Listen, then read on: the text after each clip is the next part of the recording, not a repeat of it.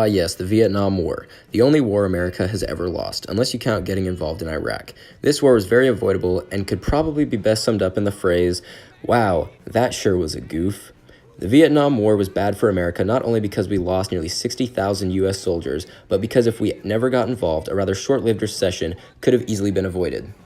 During the Vietnam War, the recession of 1969 through 1975-ish kicked off. This is two smaller recessions, but they are very closely related. The Vietnam War was not the only cause of this recession, mind you, but it is probably the least boring contributing factor. Other factors include, but are not limited to, increase in oil prices, rise in unemployment,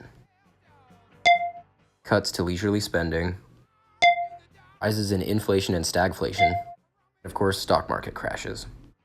In the mid-1960s, unemployment slowly began to rise right under everyone's noses, until in the early 1970s, when macroeconomists realized that there actually was not an inverse relationship between inflation and unemployment.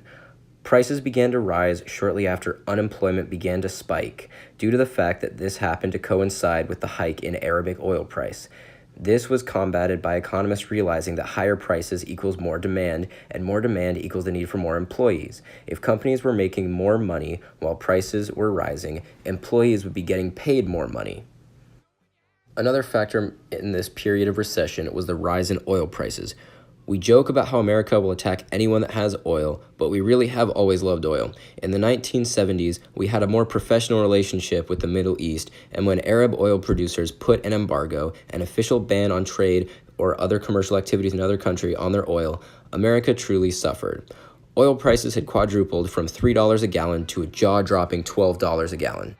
And I want to say this to the television audience. I made my mistakes.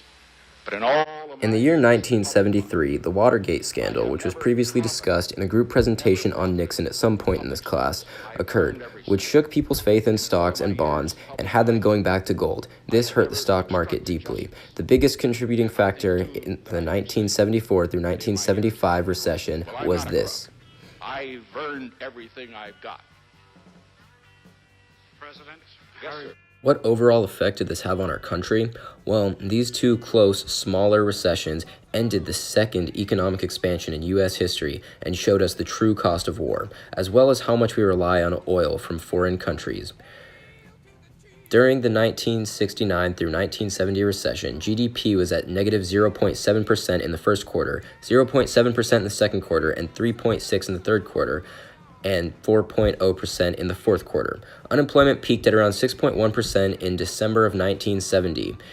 In 1974, the GDP for the year was negative 0.5%, and in 1975, it was at negative 0.2%, due in large part to the Watergate scandal.